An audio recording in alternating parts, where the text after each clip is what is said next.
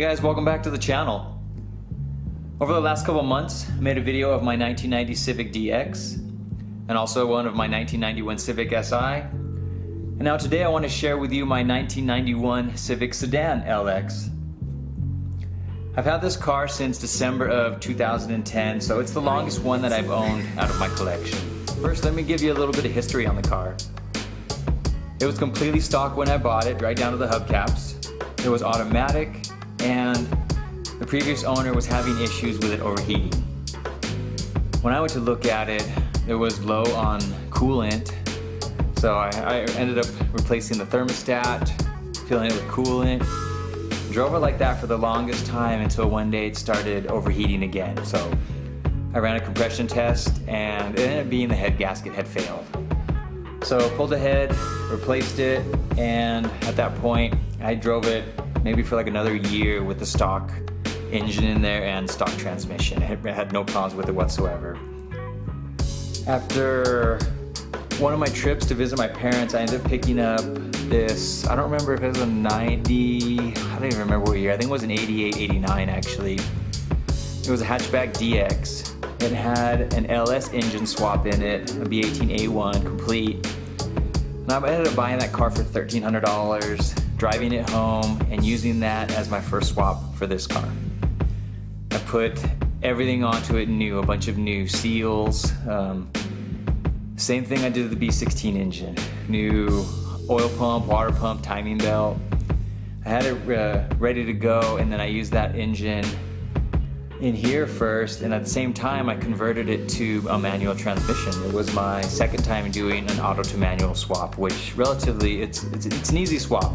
Doesn't take a whole lot to get those done. Now, even though I've had it the longest, I haven't put as much time or effort into this one lately.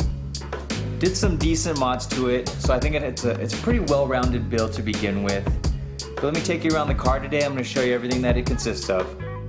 Now under the hood, we have another JDM B16A. This one is also OBD0, and I'm using the PW0 ECU. It has an XTD, it's that eBay clutch, it's a stage 1, and I haven't had any issues with it. It has a Blox intake manifold, that's a first gen, but it's also powder coated black.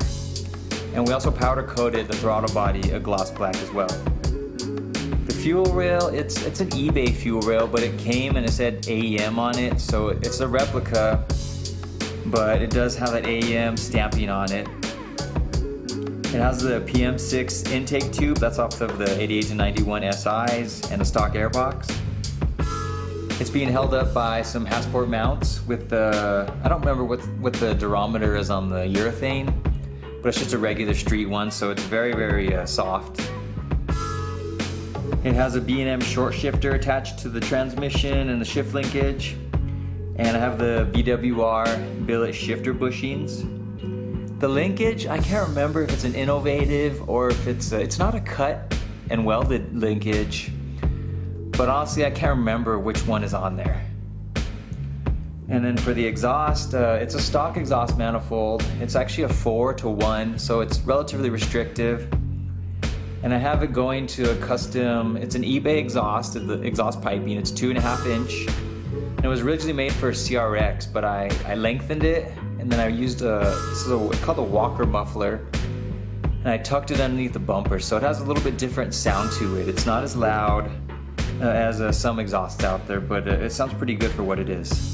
And that B16A, it was actually sourced from a car that I bought up in about 30 minutes from here in a town called Las Cruces. I picked up this CRX for $1,300. It had the swap in it with the mounts, and it was kind of an ugly CRX, but I'll put a couple pictures up here so you can kind of see what the CRX looked like when I got it. I ended up pulling the motor and all of course the entire swap. I put another single cam back into the CRX. I ended up painting it a flat black, and then I turned around and sold that CRX for $1,500. So essentially it's like I got the swap and $200. So it's like I didn't pay anything for it. I just had to do the work. So for me that was a huge steal. And that B16A has been running strong ever since. I haven't had any issues with it. I replaced all the seals. It has brand new OEM Honda oil pump, water pump, timing belt. cam seals, crank seals, rear main seal. Everything was OEM Honda when I put it back together. I even bought new plastic covers where the timing belt is. And since I've done that, haven't had an issue with it. It doesn't smoke, it doesn't burn any oil, and I still run it hard. So it's been a great motor, and I'm really, really happy that with that purchase, I could have potentially burnt it out by now or just ran it hard, but I've driven it hard for plenty of times, and it still runs really, really good. And now let's move on to the front suspension. I have the 90-91 Civic Sedan EX front knuckles. We have the ARP studs on there. It has stainless steel brake lines. The brakes are nothing special, just some eBay combo with some ceramic pads. They're like a regular OEM pad. They stop perfectly fine. It feels great. I have the full energy suspension bushing kit on the front, so the lower control arms have it. The rear, just wherever any energy suspension bushings were part of that kit, like the steering rack and so forth. And I recently put those on the steering rack in one of my previous videos. It has the Tokiko blue shocks with extended top hats. Have the Skunk 2 camber kit and also the Skunk 2 coilovers for the front. The wheels that I'm using, these are work wheels. These are the MCO Racing. These are 15 by 6.5 and have a plus 35 offset. The tires are just some Kumo Extas and they're sized 195/50. I'm also using a 20mm billet spacer to pull the wheels out a little bit further so they look a little more flush with the fenders. Now for the rear suspension, I'm using the 90-93 Integra DA rear trailing arms. I have the energy suspension rear trailing arm bushings. It also has stainless steel brake lines. Have the EM USA lower control arms. The Skunk 2 550 bar. It has ARP extended wheel studs as well. I replaced the compensator arm, or toe arm if you're more familiar with that term. I put the Prothane bushings in there. And it also has a Skunk 2 rear camber kit. The interior of the car is completely original. The only thing that has been upgraded is the steering wheel. I have that Momo competition steering wheel. An old quick release with, it's similar to an Energy. I don't believe it's an Energy. I can't remember what brand it was. So I've had it for years, probably like 15 years. And the Boss, the Hub Boss, it's an old Mugen one, which originally I had with the Mugen wheel that's on my SI, but I left it on here because I used to have the Mugen wheel on this car. And at that time, I still had the cruise control functioning, so I was able to mount the cruise control to the back of that hub using one of the steering wheel bolts, and it's still functioning. But those are the only mods done to the interior. The rest is just stock seats and stock everything else. Now the exterior of the car, very, very simple. I have a 90-91 Integra front lip on it.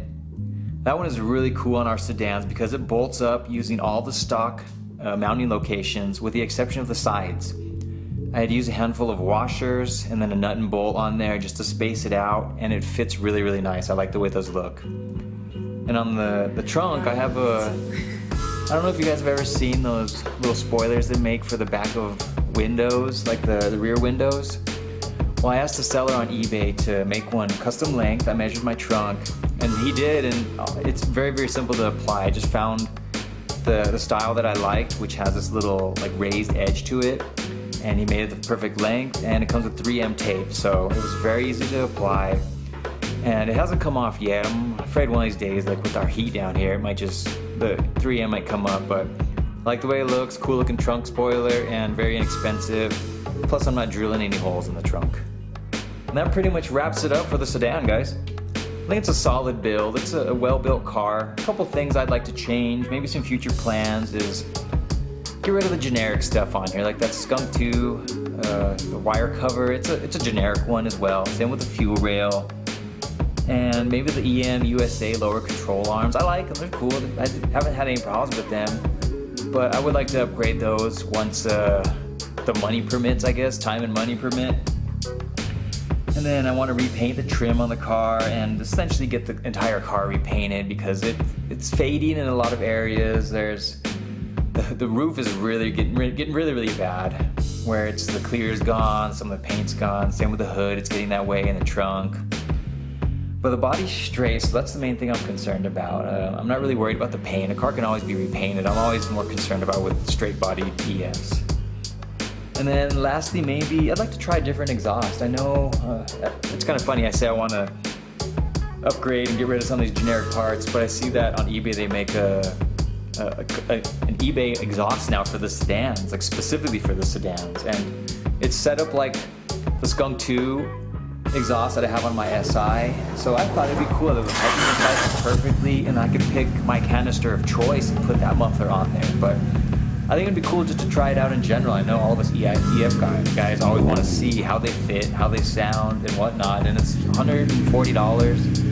It really isn't a huge amount to spend on an exhaust. So I think I might try that out. And then maybe OBD1 in the future, and then wire tuck, little things here and there. I thought maybe even a turbo kit in the future. Who knows? We'll see where it goes, and I'll keep you guys updated on any progress I make. Hope you liked the video. Hope you guys really enjoyed the sedan. I love this car. I just haven't spent a lot of time with it lately, and the last couple videos where I have, it's always so good to get back into this car, drive it, have fun with it. But thanks for watching, guys. We'll see you guys next week.